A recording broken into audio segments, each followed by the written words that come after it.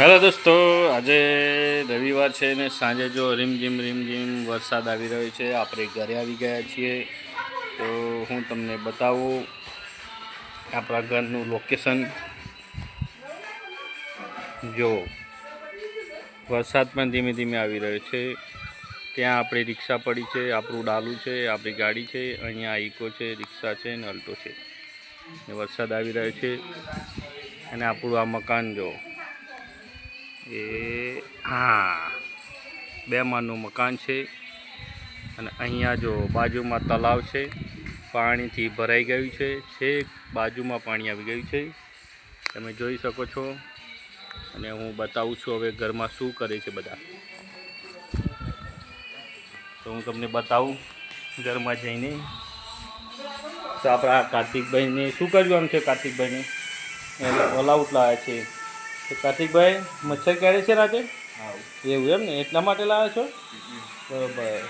આ બાજુ જો મારા પપ્પા આરતી કરી રહ્યા છે, ભગવાનની માતાજીની આરતી કરી રહ્યા છે. તમને બતાવું.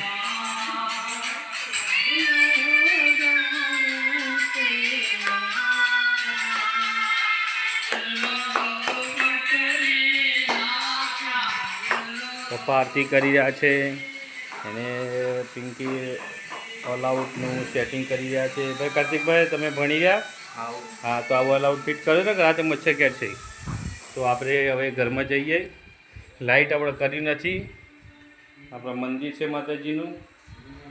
અને અહીંયા જો અત્યારે વઘારેલી ખીચડી બનાવવાની છે. અને આપણા મનસીબેન ક્યાં ગયા? મનસીબેન સંતાઈ જાય છે, અમારી દીકરી સંતાઈ જાય છે. તો તમે બનાવી છે ખીચડી? વઘારેલી? ઓહ, વઘારેલી ખીચડીનો આજે પ્રોગ્રામ છે. તો હવે સીટી પણ વાગશે. તમે જો ધીમે ધીમે ભરાઈ રહી છે. ચાલો થઈ જાઓ.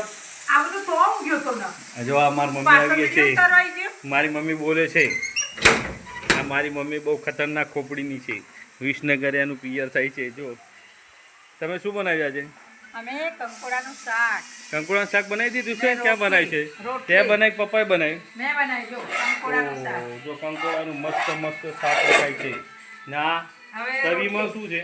રોટલી બનાવવાની છે. તમે રોટલી બનાવો છો? તો મારી મમ્મી હવે રોટલી બનાવે છે. કંકોડાનું શાક બની ગયું છે. અને પપ્પા આરતી ઉતારે છે. એમને મોતિયાનું ઓપરેશન કરાવ્યું છે. હવે હું બતાવી દઉં તમને. જો આપણા ઘર પછાડી પાણી ભરાઈ ગયું છે. જો તમે જો આ પાણી ભરાઈ ગયું છે છેક સુધી. અમારા વિનાયકનગરમાં પાણી છેક સુધી રહે છે. તમને બતાવી દીધું. પછી હું બતાવીશ આગળ ખીચડી ખાતી વખતે. જય માતાજી, જય હિન્દ.